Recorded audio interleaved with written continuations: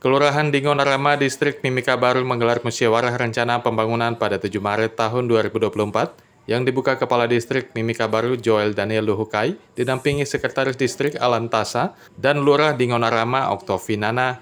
Dalam musrembang yang dihadiri oleh perwakilan 12 rukun tetangga, kader posyandu dan malaria, tokoh, pelaku pendidikan, kesehatan, serta Babinsa, dibahas berbagai program usulan di bidang kesehatan, pendidikan, sosial, keamanan, kebersihan, dan lainnya yang nantinya akan diusulkan dalam musrembang Distrik Mimika Baru untuk direalisasikan di tahun 2025 mendatang.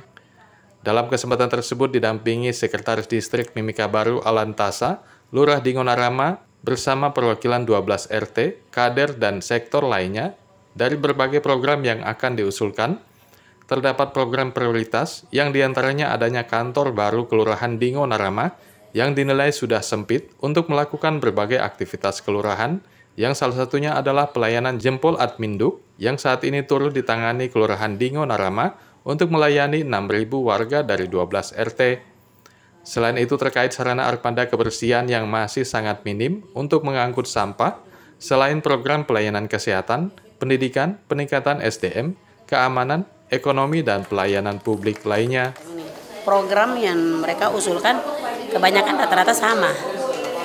Ada berapa program tadi? Yang ada di tangan kami sudah 26, tapi itu belum terrampung, artinya belum final.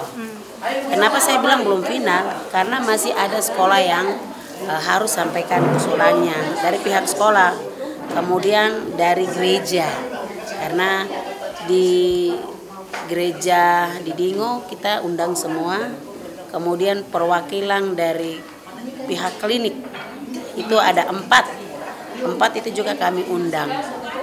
Harapan kami yang belum sempat mengusulkan programnya tidak perlu lewat RT kan paling sudah ada. Jadi mereka langsung komunikasi dengan kami di pihak kelurahan saja, karena ada kami punya operator, biar direkap satu kali, kemudian nanti kami akan lanjutkan ke distrik. Yang menjadi program prioritas? Kalau prioritas ya, kita di kelurahan itu saya berharap kantor. Kantor kami itu kalau dilihat tidak layak. Itu waktu hujan air masuk semua, bolong. Di mana? Jalan Ngelang. Nah, itu kantor kelurahan Dingonarama itu tidak layak. Kemudian kami ini kan melayani masyarakat melalui dinas kependudukan, itu kan pelayanan EKTP. Di kantor itu kan ruangannya cuma 2. Satu sudah dikasih ke Capil, akhirnya satu itu untuk semua kepala seksi dan semua staf. Sedangkan di kelurahan itu kan ada 3 kepala seksi yang seharusnya mereka masing-masing memiliki ruangan atau meja lah. Tapi ini kan gabung, jadi susah. Kemudian staf saya, kita kan ada 18. 18 itu juga semua numpuk di satu ruangan, jadi bagi saya tidak memadai. Itu kalau dari pihak kami kelurahan ya. Kemudian yang kedua terkait sampah. Sampah ini kan jadi masalah di mana-mana. Kami bersyukur dan berterima kasih sudah dikasih armada roda 3. Tapi kalau boleh ke depan dikasihlah kami pickup carry. Ya. Kenapa saya minta? Karena kalau roda 3 kapasitasnya tidak mampu.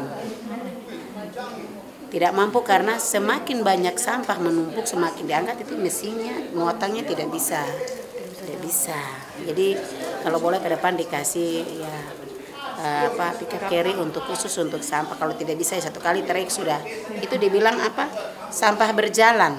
Jadi dia keliling saja di wilayah Dingo.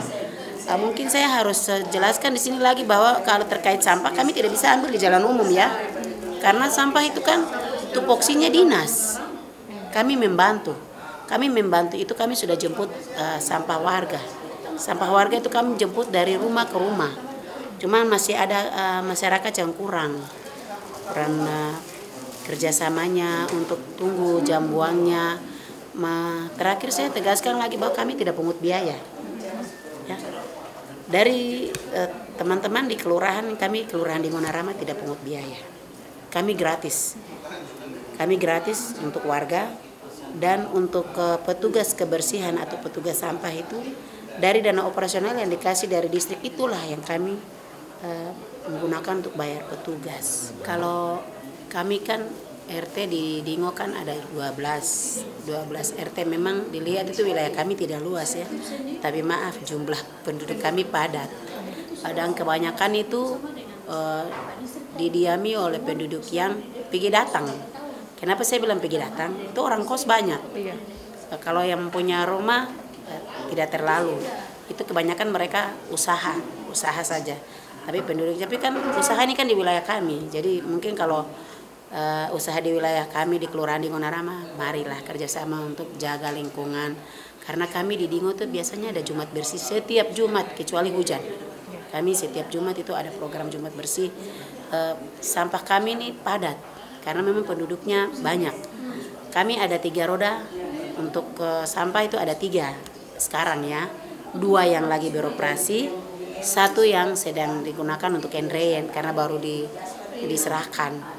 Bagi saya itu belum cukup karena penduduk kami itu 12.000 penduduk yang ada di dalam. Kalau untuk kakaknya 6.000. Iya. Dan itu baru berapa tahun lalu. Kalaupun seperti yang tadi Pak Disuk sampaikan, kalaupun ada pembaruan pasti dia berubah-berubah. Ya. Karena kemarin kami juga ada kerjasama dengan Capil untuk minta data yang valid dari Capil. Karena Capil itu kan mereka selalu keluar masuk. Tapi itulah kebanyakan keluar masuk tapi tidak menetap juga, cuman ya sebagai persinggahan saja. Jadi kalau boleh harus tertib. Tertib ini mungkin ada aturannya benar-benar dari atas supaya kita di bawah itu juga jalankan dengan baik. Artinya bahwa warga yang datang dia harus wajib melapor di RT. Ya, dia mau keluar juga dia harus wajib lapor. Bukan cuma lapor lisan, dia harus bawa pindah domisili. Dan itu RT mendata dengan baik supaya RT itu tahu bahwa oh iya, ternyata warga di RT dia tuh ada yang pindah, ada yang datang, ada yang meninggal. Ya, seperti yang Bansos sekarang dipersoalkan. Bansos ini kan banyak orang yang sudah meninggal tapi masih ada nama. Ya, mungkin itu. Apakah pembaruan data itu termasuk program prioritas?